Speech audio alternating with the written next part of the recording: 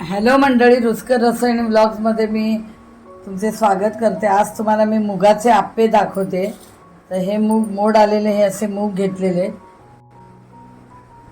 पाण्यातून 8 तास रात्रभर पाण्यात ठेवले ते मूग, आणि मग सकाळी ते उपसून घेतले पाण्यातून आणि घट्ट फडक्यामध्ये पातळ फडक्यात बांधले, आणि त्याच्यानंतर 8 तासांनी पुन्हा ते फडकं उघडून पाहिलं तर हे असे मोड आलेले मूग येतात। असे मोड येतात।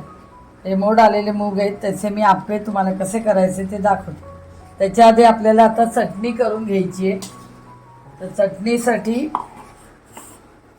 ओलं खोबरं घालते। आता ओल्या खोबऱ्याची चटणी करायची आपल्याला। थोडं ह्याच्यामध्ये आपल्याला डाळ घालायचंय,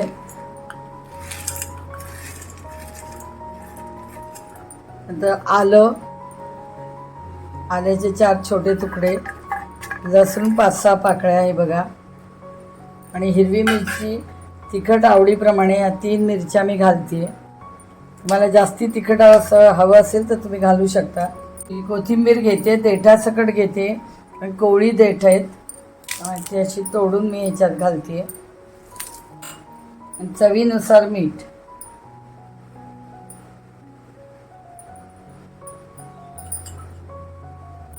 आता थोडंसं पाणी घालते आणि आपण हे आता वाटून घ्यायचं, बारीक पेस्ट तयार करायची।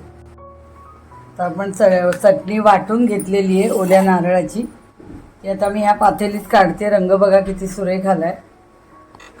आणि आता याला मोहरीचा तडका फोडणीचा, अशा प्रकारे ही चटणी वाटून झालेली आपली। आता फोडणी घालून घ्यायची आपल्याला। तर आपलं तेल गरम झालं, मोहरी 1 चमचा घालायची। तर थोडीशी उडीद डाळ घातली, अर्धा चमचा, लाल मिरच्या आणि कढीपत्ता, थोडंसं हिंग।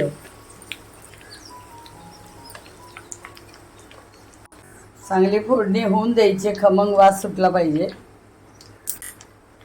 तर हा तडका चटणीवर घालायचा।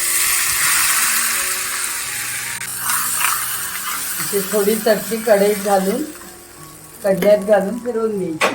म्हणजे आहे नाही ते तेल आपल्याला, मला घट्ट पाहिजे तर घट्ट ठेवा, पातळ पाहिजे थोडी पातळ करणार आहे मी। तर मिक्सरच्या भांड्यामध्ये थोडं पाणी घालून घेते, कारण सगळं ते आपलं वाटण लागलंय ते आपण हलवून घेऊया।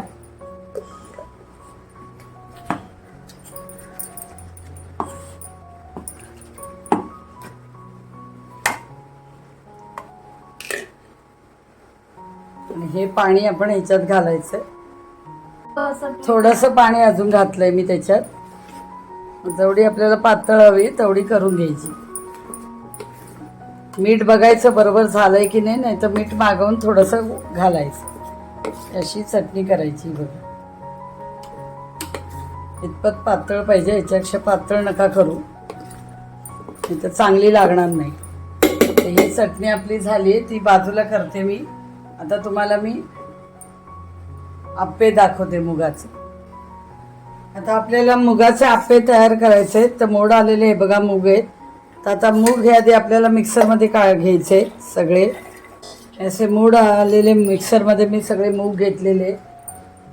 तर हे तांदूळ मी 4 तास भिजवत ठेवले होते। तर ते 1 वाटी भिजवलेले तांदूळ आहेत, जे पाणी गाळून घेतले मी। तर साधारण मी अर्धी वाटी तांदूळ ठेवले होते, ते फुलून पाऊण वाटी झालेले आहेत तांदूळ। पाण्यामध्ये 4 तास भिजत ठेवले होते, तर ते मी घालते।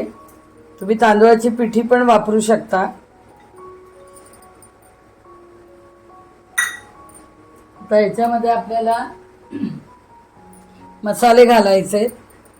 त्यात 3 मिरच्या घेतल्यात, एकदम तिखट आहेत, त्याचे तुकडे बारीक केले। 1 इंच आलं घेतले, त्याचे बारीक तुकडे केलेले आहेत। 10-12 लसणीच्या पाकळ्या, आणि थोडं 1 चमचा जिरं हे घातलेले आहे, थोडी धन्याची पूड, छोटा 1 चमचा, आणि आता कोथिंबीर घालायची। ही कोथिंबीर थोडी घालते बघा, असली देठ कोवळी असल्यामुळे। आणि आता आपल्याला मीठ घालायचे चवीनुसार. चवीनुसार मीठ घालते, पाऊण चमचा.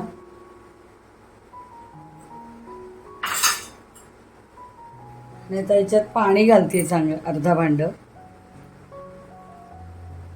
आणि आता हे मिक्सरमधनं मला जाडसर वाटून घ्यायचं आहे. आणि कढीपत्ता घालायचा आहे, तो सांगायचा राहिला, तो थोडा घालायचा आहे. असं सगळं वाटून घ्यायचं आहे आपल्याला. आता हे बघा, अशा प्रकारे जाडसर मी वाटून घेतलंय. ते आता आपण काढून घेऊया मिश्रण हे.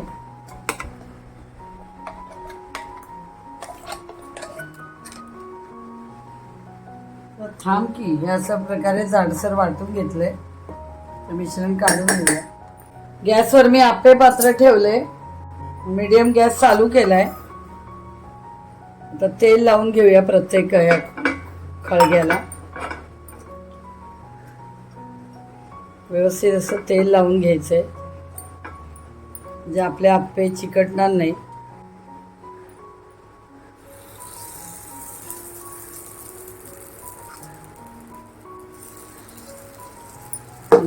करायचं.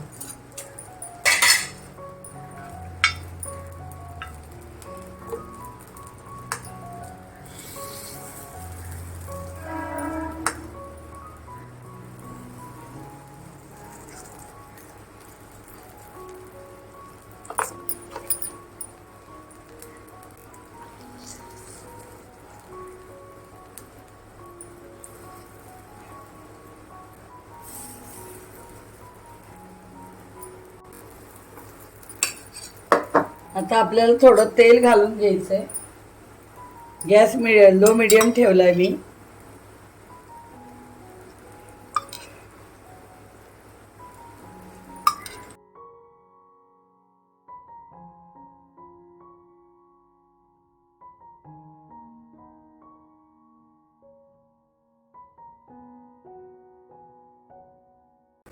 असं तेल घालून घ्या सगळीकडनं.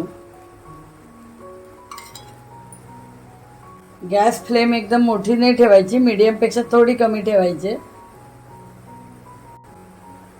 नाही तर फक्त वरतून असं तपकिरी झालं आणि मग चांगलं आतपर्यंत आतमध्ये कच्चं राहतं, असं नको व्हायला. हवं असेल कच्चं न राहायला तर लो मीडियम ठेवा फ्लेम गॅसची, म्हणजे आतून कच्चं राहणार नाही, हळूहळू ते शिजलं जाईल. आता आपण आप्पे याच्यातून काढून बाजू पलटू यायची.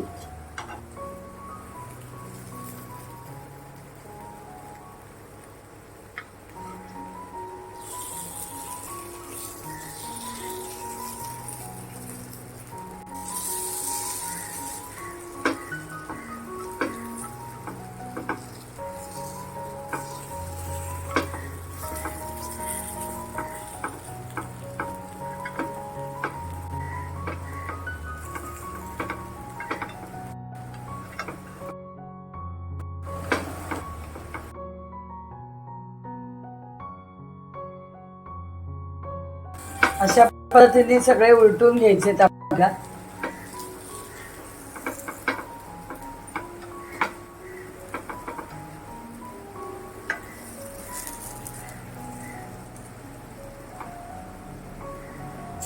तेल घालून घेऊया.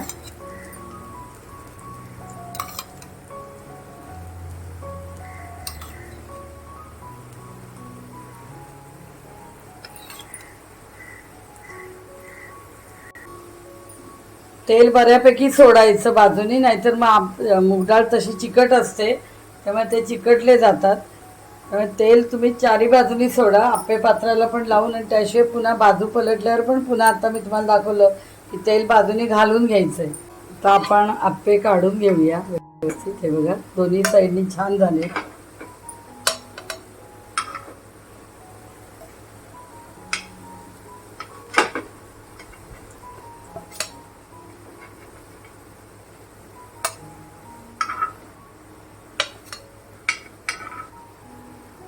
अशा प्रकारे आपले आप्पे तयार करून झाले. आता मी सर्विंग प्लेटमध्ये काढून दाखवते. तर अशा प्रकारे मी तुम्हाला आप्पे आणि चटणी करून दाखवलेले. आप्याबरोबर तुम्ही सॉस बरोबरही खाऊ शकता.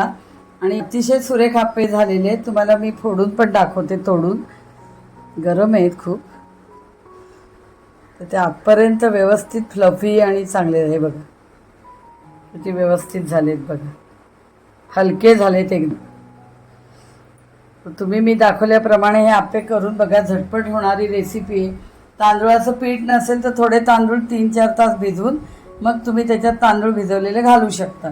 त्यातलं पाणी निथळून तांदूळाचं घ्यायचं आणि घालायचं त्याच्यामध्ये. नाही तर तांदूळाचं पीठ सुद्धा डायरेक्ट तुम्ही जेव्हा मिक्सरमधनं मी काढत होते, म्हणजे मिक्सरमधनं जे आपण वाटण करतो त्यात 2-3 चमचे तांदूळाचं पीठ घालायचं. तर मी दाखवल्याप्रमाणे ही रेसिपी करून बघा. अतिशय पौष्टिक आहार आहे, सगळ्यांना लहानापासून मोठ्यापर्यंत आवडणारा हा पदार्थ आहे. तर तुम्ही जरूर करून बघा. अतिशय पौष्टिक पदार्थ आहे हा ब्रेकफास्टसाठी. तर तुम्ही जरूर करून बघा आणि माझ्या रेसिपीला लाईक, शेअर, सबस्क्राईब आणि कॉमेंट्स करा. थँक्यू.